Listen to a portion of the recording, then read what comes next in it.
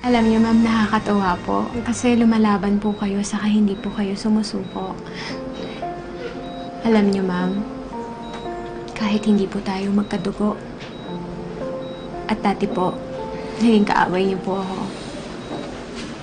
Nanay pa rin po yung turing ko sa inyo. Kaya nararamdaman ko po na maraming tao sa paligid niyo ang nagmamahal sa inyo.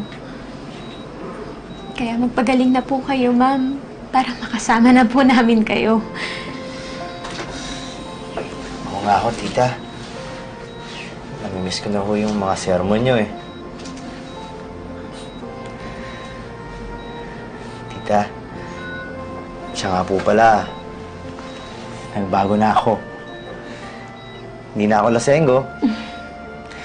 Pero pag talagang nagtuloy-tuloy na yung paggaling nyo, pwede pa naman akong tumikim kahit konti, di ba? Tita, basta. Tita, joke lang. Basta ho, tita, laban pa ho kayo, ha? Marami pa ho tayong pagkasamahan.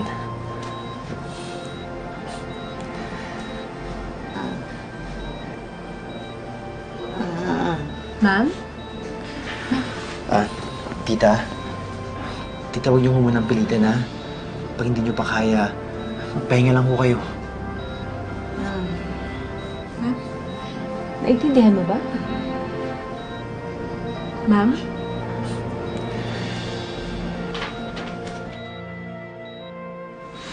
Jonas, magandang sign to na bumubuti na ang kalagayan ni Ma'am Matilda. Po? Tita, may gusto ko ba? Ano ho yun? Carlin. Hindi ko ba? Catherine. Catherine po ba? Catherine daw, Jonas. Jonas, kailangan papuntahin natin dito si Catherine.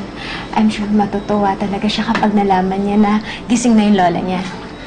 At pati si Tita Matilda, siguradong matutuwa. Sige, ako na rin bahala magkwento kay Scarlett.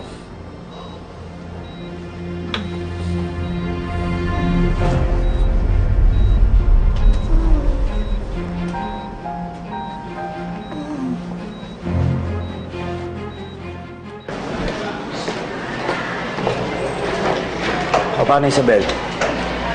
Bukas na lang, magpahinga ka na lang muna. Sige. Oh, Benedict, ba't nandito ka? Sinusundo ka.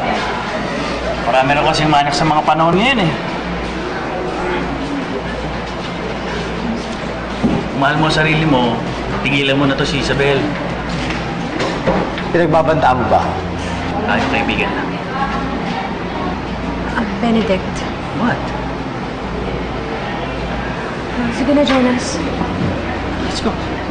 Ay, Benedict, may magandang balita nga pala ako sa'yo. Si Mama Matilda, gising na siya. Nagsasalita na siya. Great! Oh, wow! Great! Wow, talaga? Ano, nagsalita na ba siya? Sinabi na ba niya sa'yo yung mga dapat niyang sasabihin sa'yo dati? Ayoko siyang puwersahin eh. Kasi nahihirapan pa siya. Okay lang yun. Mabuti naman, at least she's out of coma. You'll get your answers soon. Basta tandaan mo lang, ha? Dapat handa ka. I hope it's worth the wait. Ha? Basta tungkol kay Scarlett, handa ako. Dati pa. Talaga? Mabuti naman nagising siya, no? Kasi, matagal din yung nakuma, no?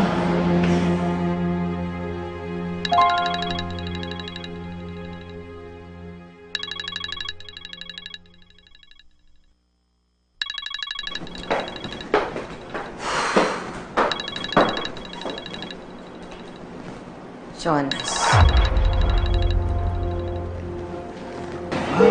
Hello, Scarlett? Jonas, ano ba? Gabing-gabi na. Katumawag. Gusto ko lang ibalita sa'yo. Nagising na si Tita Matilda. What?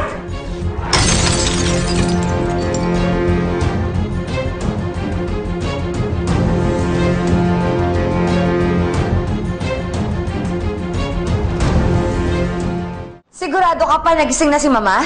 Oo. nagkamalay na siya kanina at hinahanap. Jonas, nagbibiro ka lang.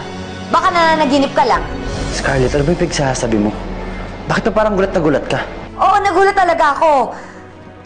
Kasi yun talaga yung dinadasal ko na sana magising si Mama. Pero hindi ko naman nakalain na meron pala talagang himala. Pati sige, kung ayaw mong maniwala, pumunta ka na lang bukas para makita mo. Isama mo na lang si Catherine. Sige. Teka, nakapagsalta...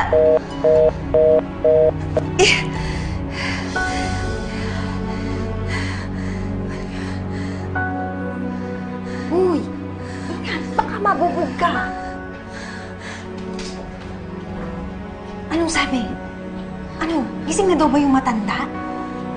Kasasabi ko lang kanina, ayan na nga. Pero ha, kitang-kita sa mukha mo na guilty ka. Umamin ka na, ano ba talagang ginawa mo sa matanda? Ano bang kasalanan mo? Wala. Hindi pwede makapagsalita si Mama Petring, hindi!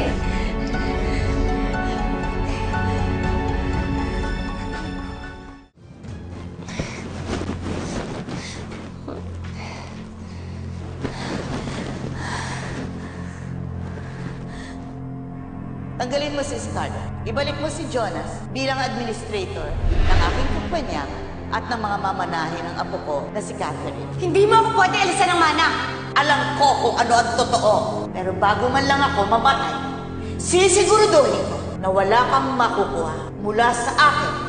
Sa mga katulad yung sinungaling at manluloko, papatayin muna kita! Ha? Sige na, Mama. Bilisan mo nang mamatay. Huwag mo. Ay.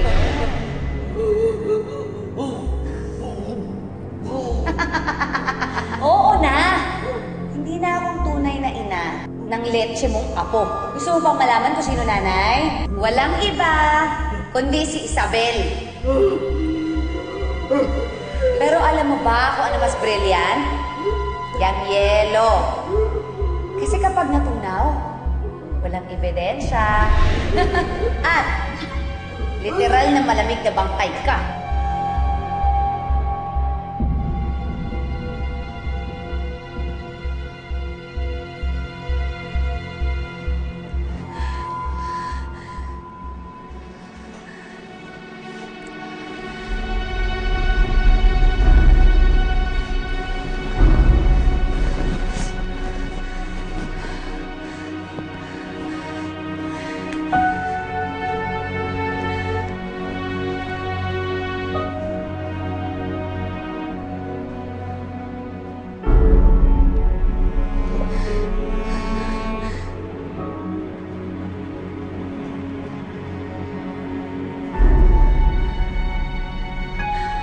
Gusto ko lang ibalita sa'yo, nagising na si Tita Matilda. Hindi pwede. Kailangan magpatahimik ko ng matandang yun habang buhay.